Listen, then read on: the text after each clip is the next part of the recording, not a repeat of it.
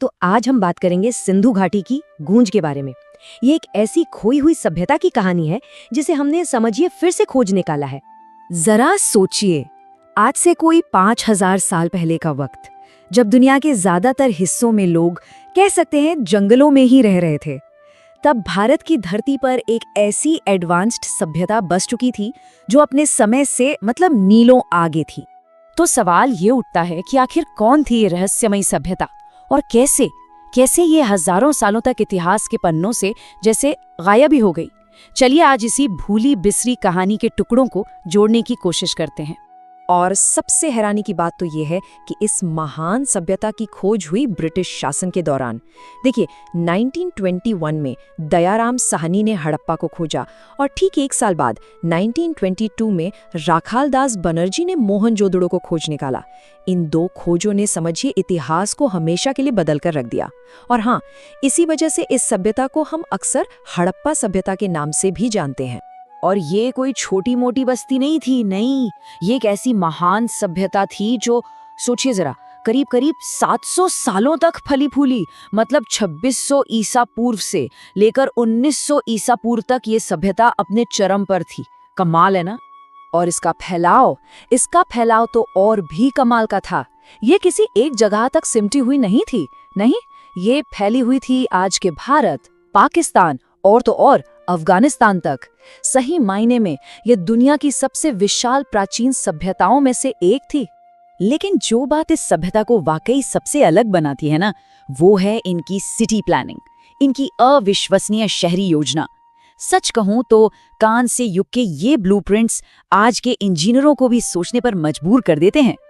देखिए, उनके शहर ऐसे ही बेतरतीब ढंग से नहीं बस गए थे, नहीं, हर शहर को एक प्रॉपर ग्रिड पैटर्न पर बनाया गया था।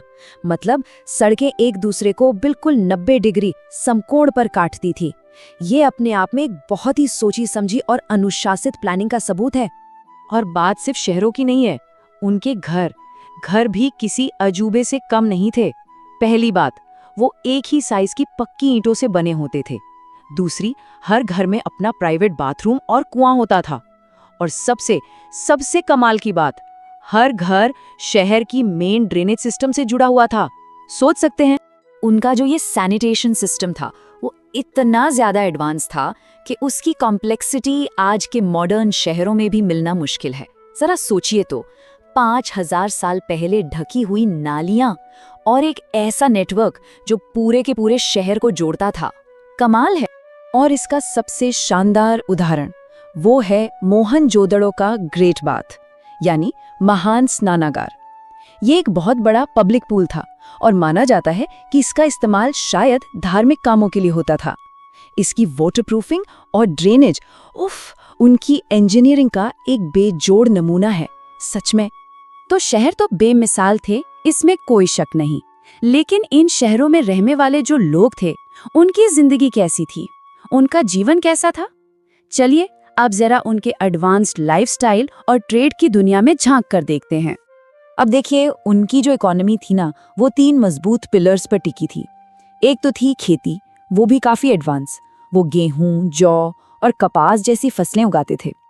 दूसरा था बड़े पैमाने पर पशुपालन। और तीसरा एक बहुत ही एक्टिव ट्रेड जो सिर्फ उनके अपने शहरों तक ही सीमित नहीं था। उनका जो ट्रेड नेटवर्क था वो 2 लेवल्स पर काम करता था।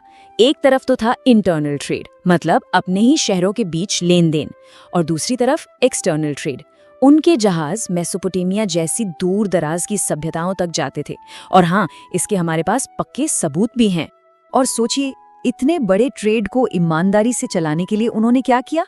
उन्होंने वजन और माप का एक स्टैंडर्डाइज्ड सिस्टम बनाया था। इससे क्या होता था कि पूरे साम्राज्य में ट्रेड में कोई बेईमानी या धोखाधड़ी नहीं हो सकती थी। ये दिखाता है कि वो कितने ऑर्गेनाइज्ड समाज थे। उनके समुद्री व्यापार का सबसे बड़ा, मतलब एकदम ठोस सबूत वो हमें मिलता है गुजरात के लोथर में। वहां एक डॉकयार्ड मिला है। ये एक बहुत बड़ा बेसिन है जिसे जहाजों के रुकने और माल लादने उतारने के लिए बनाया गया था। और ये इस सभ्यता के समुद्री व्यापार का पहला आर्कियोलॉजिकल एविडेंस है। तो वो लोग सिर्फ बेहतरीन इंजीनियर और व्यापारी ही नहीं थे, बल्कि कमाल के आर्टिस्ट भी थे। खुदाई में हमें क्या क्या मिला है? कांसे से बनी वो मशहूर डांसिंग गर्ल की मूर्ति, पत्थर पर की गई बारीक नक्काशी वाली मूर्तियां, बच्चों के लिए टेराकोटा के खिलौने और हाँ, जानवरों के डिजाइन वाली हजारों हजारों मोहरें भी मिली हैं। अब देखिए, इतनी सारी खोजें हो चुकी हैं, इतना कुछ हम जान चुके हैं, लेकिन इसके बावजूद इस सभ्यता के दो सबसे बड़े रहस्य आज भी एक पहेली बने हुए हैं। पहला, उनकी खामोश लिपि, और दूसरा, उनका अचानक से अंत हो जाना। उनकी जो लिपि है, जो स्क्रिप्ट है, उसे आज तक कोई पढ़ ही नहीं पाया है, कोई डिसाइफर नहीं कर पाया।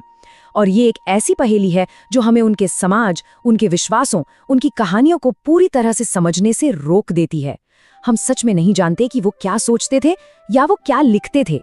ये जो लिपि थी, ये पिक्टोग्राफिक थी, मतलब इसमें लिखने के लिए सिंबल्स और चित्रों का इस्तेमाल होता था, और ये हमें ज्यादातर छोटी छोटी चौकोर मोहरों पर मिलती है।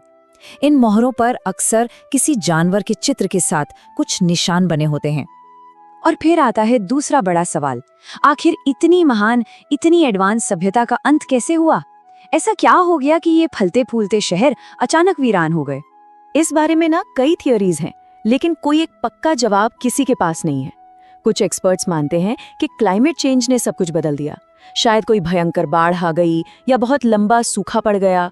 कुछ का ये भी मानना है कि जिन नदियों के सहारे ये सभ्यता फल फूल रही थी, उन्होंने ही अपना रास्ता बदल दिया और खेती बर्बाद हो गई। इकोनॉमी का कमजोर होना भी एक कारण हो सकता है। और हाँ, एक बात जानना बहुत जरूरी है, वो जो आर्यन इन्वेजन थियोरी थी ना, उसे अब ज्यादातर इतिहासकार नहीं मानते, उसे खारिज कर दिया गया है। तो आखिर में सिंधु घाटी सभ्यता सिर्फ ईंट और पत्थर की कहानी नहीं है, बिल्कुल नहीं। ये हमें दिखाती है कि कैसे एक समाज अपनी एडवांस्ड सोच, एक साइंटिफिक अप्रोच और कमाल के अनुशासन के दम पर अपने समय से कहीं, बहुत कहीं आगे निकल सकता है। और ये पूरी कहानी हमें आज के लिए एक बहुत ही गहरे सवाल के साथ छोड़ जाती है। क्या 5000 साल पुरानी एक शहर की प्लानिंग आज हमें सस्टेनेबल शहर यानी टिकाऊ शहर बनाने के बारे में कुछ सिखा सकती है? सोचने वाली बात है।